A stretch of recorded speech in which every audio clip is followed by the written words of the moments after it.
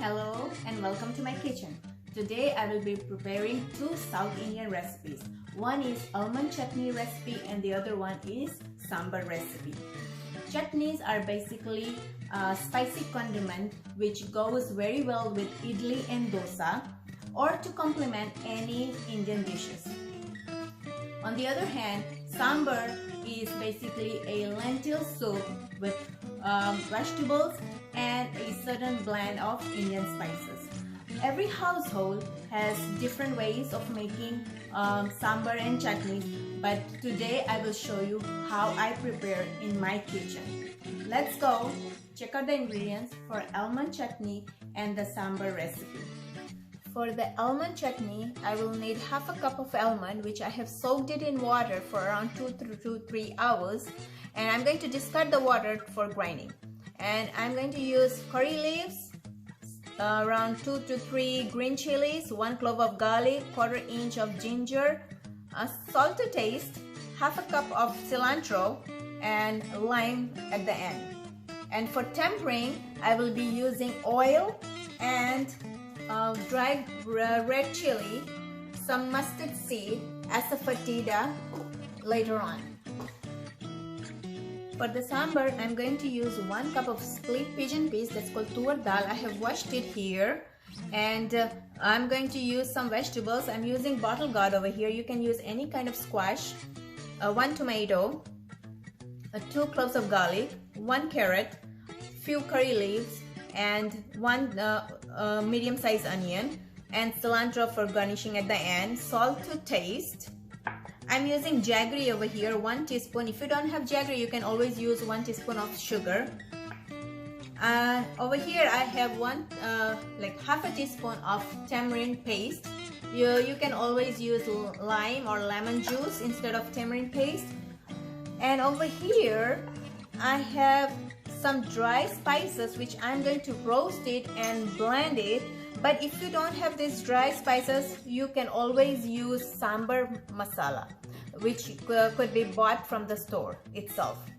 And for that dry masala, I'm going to use 2 teaspoons of coriander seed, 1 red chili, the dried one, 1 teaspoon of jeera, 1/4 teaspoon of fenugreek seed. Here I have 1 tablespoon of chickpea, the split chickpea, 2 curry leaves. I'm going to use a desiccated coconut over here, but you can always use fresh coconut if you have in your area. I'm going to use around 1 teaspoon of it, and few peppercorns. Let's go first dry roast this. Now let's go dry roast this in masalas over here. I'm going to add all the masalas over here except the desiccated coconut. The desiccated coconut will go at the end.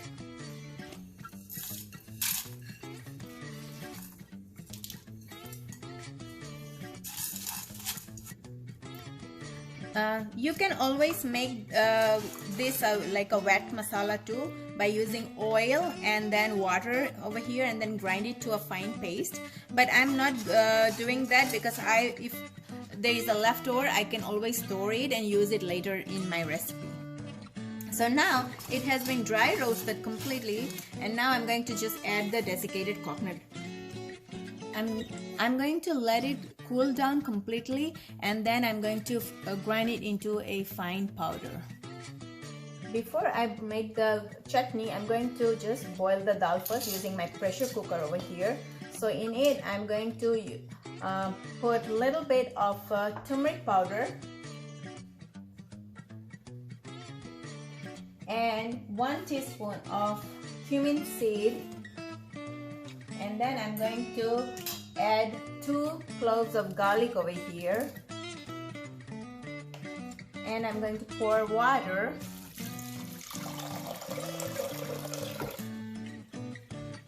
Also, I'm going to add a little bit of salt in here. So now I'm going to pressure cook this for at least 2 to 3 whistles. While my dal is cooking, I'm going to prepare the chutney. I'm going to put all the almonds in this jar here. chilies, the ginger, and the garlic over here. And the curry leaf is for tempering. And a little bit of salt. I'm going to put all the cilantro.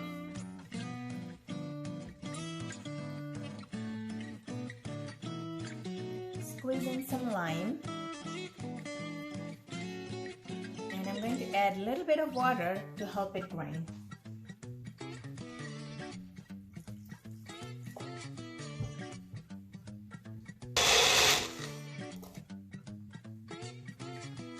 So the chutney is ready here. I'm going to take it out in this bowl, and now let's go prepare the tempering for the chutney. For the tempering, I'm going to use 1 teaspoon of oil. To that, I'm going to add half a teaspoon of mustard seed. Let the mustard seed crackle. Put in 1 dry red chili.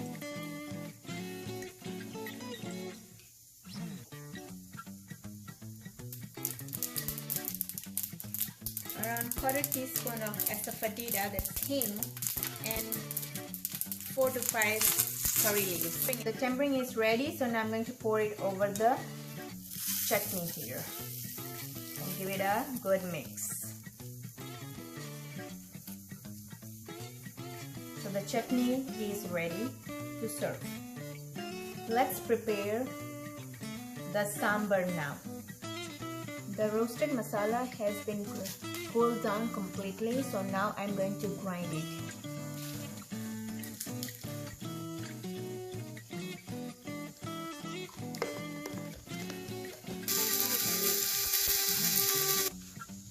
The sambar masala is ready now.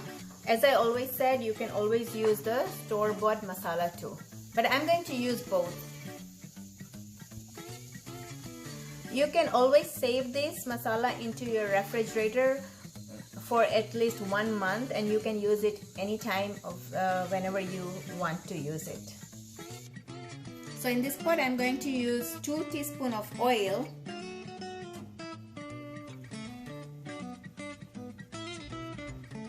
One teaspoon of mustard seed. Let it crackle.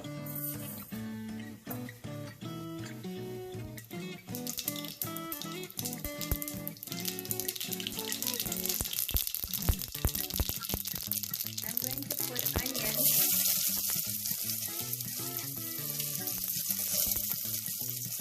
the curry leaves,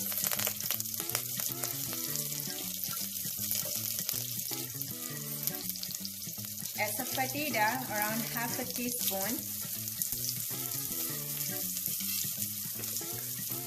and I will give it a good mix.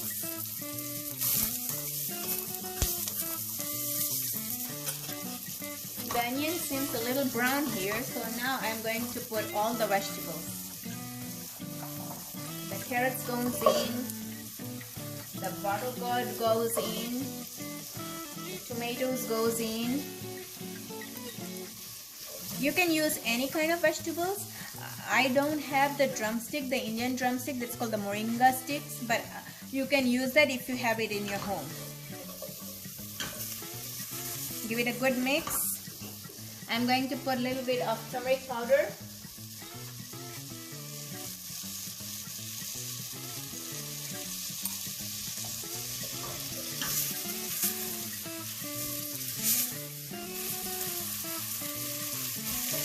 Let the vegetables cook a little bit for a while.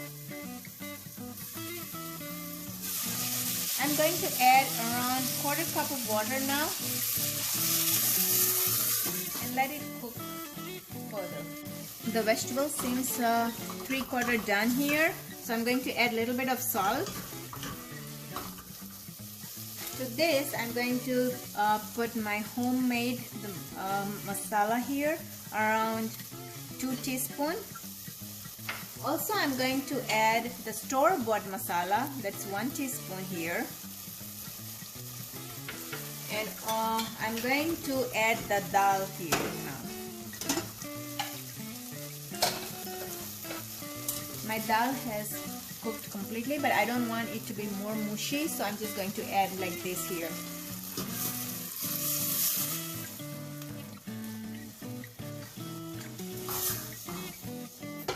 Now I'm going to adjust the consistency with using more water here,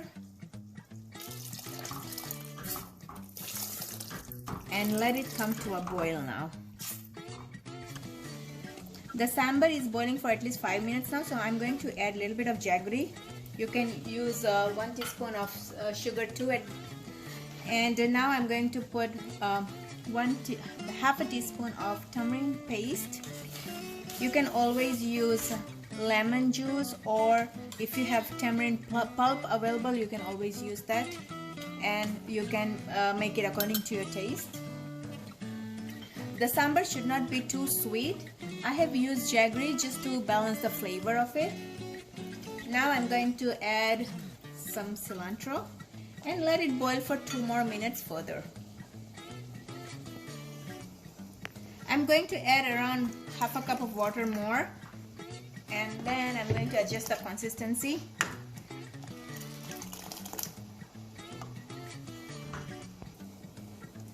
I'm going to add 1 more teaspoon of my homemade garam masala. You can always adjust to your taste. The aroma is so wonderful. Cannot wait to have this sambar. The sambar is ready now. I'm going to put this in the serving bowl now. The sambar and the chutney is ready now. I'm going to enjoy with my homemade idlis. I'm going to break the idli and show you how it looks like. Look, I'm going to eat like that. So tasty. Also, you can eat the sambar and the idli like this over here. Just dip it in and then take a bite.